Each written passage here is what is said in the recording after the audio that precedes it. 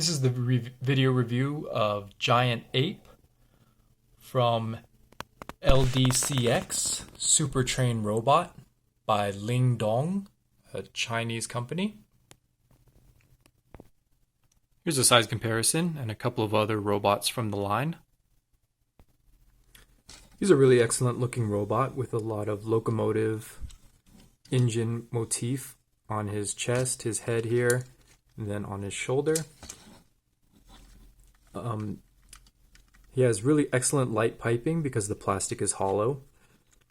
For articulation, he doesn't have any head articulation. He does have 360 on the shoulders. He has a good amount of in and out.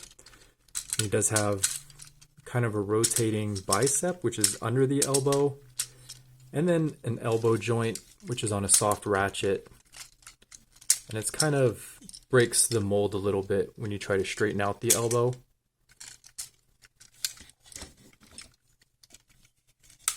And then he also has a knee joint, but it ends up not being very useful because he has this hip skirt in the back. And because he doesn't really have hip joints, the knee is just not very useful since his leg can only kick backwards. On the hips, they do spread out one click, but you kind of need that for him to have a solid A stance. And he does have pivoting ankles. So his articulation is kind of good in the arms, but everywhere else is pretty limited. The gray plastic they use is pretty cheap looking. It's one of the worst shades of gray. But overall, I would say this robot is probably a 9 for the aesthetics. He looks really excellent. You can also compress in the hips to make them narrower and then bring up the biceps a little bit so his arms aren't as long. And this makes him look a little bit more sleek, but I prefer him looking more like a gorilla and more spread out. I think that suits his look a little bit more. And these robots all have identical transformation and joints. So you can actually remove their limbs and swap them with each other, which is an interesting gimmick. I don't know if it's intentional. Okay, so here's how they look when you completely swap around all their limbs and just mix and match all of them. Okay, and the transformed giant ape, you're just going to start by tearing all his limbs off.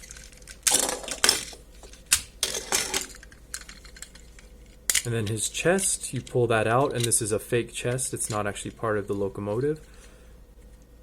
And then you fold down his head, and it's on a spring-loaded gimmick that makes it pop out when you push in the chest. This is a nice gimmick. It doesn't really get in the way, except for his head doesn't really turn now.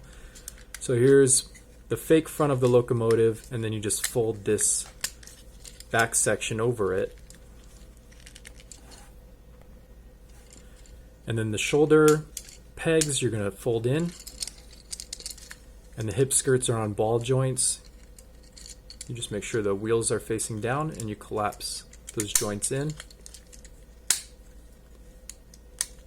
And then you push in the hips. And then this whole section will compress.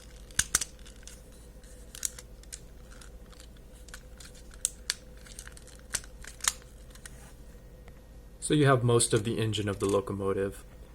The legs are really simple. You just fold up the heels. And one issue I do have with this figure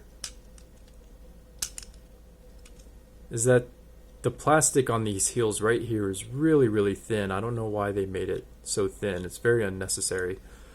But anyway, you fold up the feet, and then the leg sections on the side, you're just going to fold those up. And that's one half of the leg. And here's the second leg, and you're just going to squeeze those together to make the coal car, most of it. Now the arm cannon, you're just going to fold that in half. And then there's a slider on the back of the arm, so you fold that up all the way. And then you just fold the two halves together to make the rest of the coal car, and you just clip that into place. And then you do the same thing with the other arm, which is kind of a clamping hand. And that makes finally the front of the locomotive. Okay, and there's your two parts. The locomotive is quite long, but it doesn't really scale with deluxe class vehicles at all. You can use the leg joints to clip the two halves of the locomotive together, and that makes a really long train with a really seamless connection, so it looks very realistic. And I just noticed for the first time, so the front section here is one of the arms, and then the very rear section is the other arm. So you can actually transform the entire torso without parts forming. It's just the two arms that you have to parts form, because now he's connected as his robot. Here's his waist and here's his legs, and that's the two different trains. So it actually only has a little bit of parts forming for the two arms. The rest of it transforms without parts forming. That's really surprising. You also get this adapter if you want to have the two cars have articulation. So that's how it looks with the adapter. It does make a pretty ugly gap right here though, which is not realistic. I think this locomotive is modeled after a real train. It's pretty excellent looking. It's also very plain in some parts, like the coal is all smooth. So it's not entirely realistic, but it definitely gets the job done. I would say for the train mode, I would score that as a 7 for me. It's a little bit too simple and it doesn't quite look realistic, but it's still a good looking train. And then you have, of course, the screw holes all on one side. Okay, so I'm going to transform him back into a robot. So you just pull off the arms from the front and the very rear. You're going to separate the legs a little bit and then pull out the ab section. And then you can open up the hips. And sometimes these ball joints do pop off. So you're going to move the hip skirts down and rotate them into place. And then you fold the leg armor over, then fold out the heels from the feet. And then you fold this section back, and then this will peg into a gap into the back.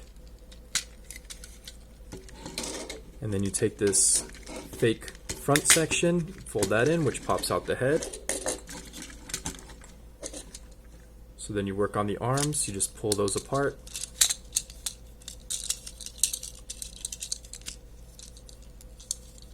And then slide down the biceps. Remove the fist. And then take out the shoulder pegs to connect the arms.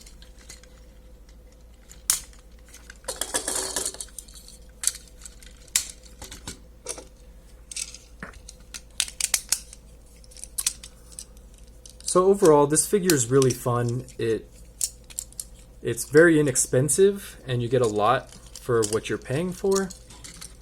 And I highly recommend this series. You can get yours at Sirtoys. I'll leave a link in the description. For the fun factor of these figures, I would definitely rate them an 8. They're pretty simple, but their combining gimmick is pretty fun. And it's really interesting if you can just string along the trains in different ways. You get new combinations, so you can switch out the legs really easily, like I just found out with the transformation. And they look really simple in hand. They feel pretty sturdy. They're really solid robots. I'd rate them a good 8. They feel really good in hand. They don't have any really cheap feeling. They are a little bit light, but they're pretty solidly built and I haven't had any issues with them.